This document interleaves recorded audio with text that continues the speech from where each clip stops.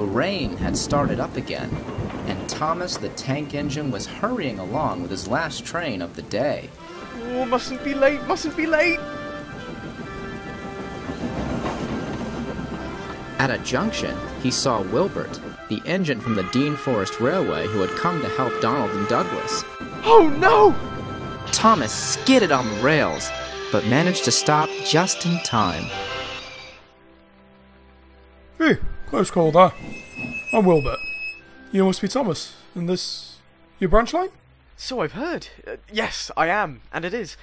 What are you doing here? Your friend Percy had an accident with some oatmeal sacks just as I arrived. Pardon? Something about porridge being lodged in his cylinders. Oh, Percy. Do things like this happen all the time? Well, we're never short of stories, I suppose. I'd love to hear 'em.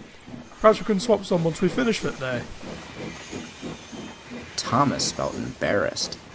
He would have preferred to have put his best wheel forward, and almost wished he wouldn't see Wilbert that evening.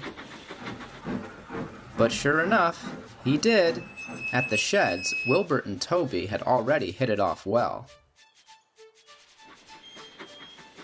You're lucky to have a long line. Mine's only about 1.5 miles long, and a station at Northshard and another at Lydney. Scenery is super though, and my driver says it's better up the valley. Our volunteers are going to open that bit too. They work hard, but it takes a long time. I'm sure it'll be worth the wait. Have we kept you busy here? Oh yes. One of my first jobs today was at your lead mine. Thomas tried to give Wilbert some helpful advice. Oh, and don't pass the danger notice. I tried that once, and I fell down a mine. And then instantly regretted it. I worked at a colliery, so I know all about danger notices. But there was an engine once who thought he knew better. What happened? This engine didn't have a name, just a number. 16. And he worked in a steelworks. One of the jobs 16 and his friends had to do was take waste from the works in special trucks to a place they called the tip. 16 got tired of always stopping in the same place. He tried to go further, but his driver always prevented him. The other engines tried to stop him too. If the notice says danger, you shouldn't pass it.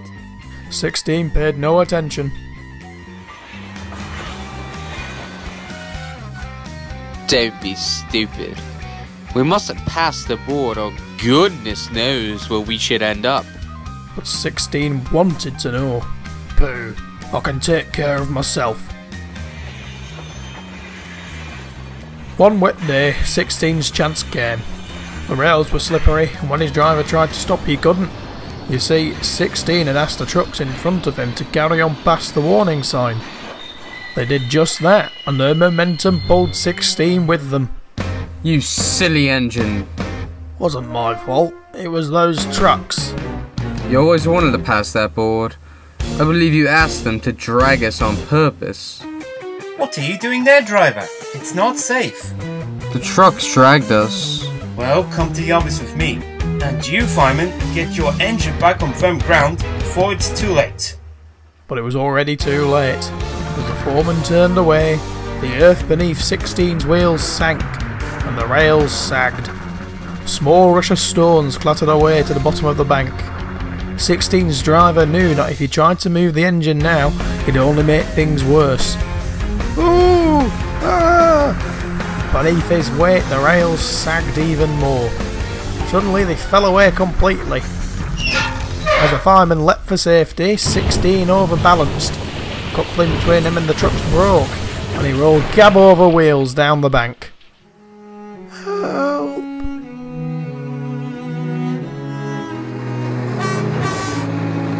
What happened to 16 after that? Oh, he was rescued, but he wasn't repaired, and he was sent to the back of the shed in disgrace. Is he still there? He got better than he deserved. Some preservation people came and bought him. Now he lives in the Midlands, but I think he was lucky to be given a second chance at all. Indeed. Yes. Yes, he was. Though Thomas felt a little silly about his earlier scrape, He was happy that Wilbert took it all in stride.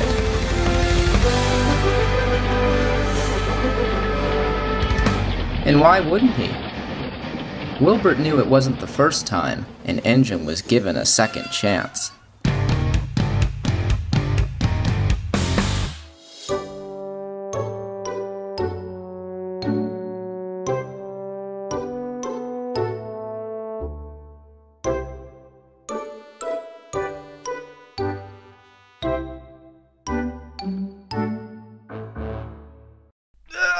That's just me trying to stop my train, I guess. Please don't use that.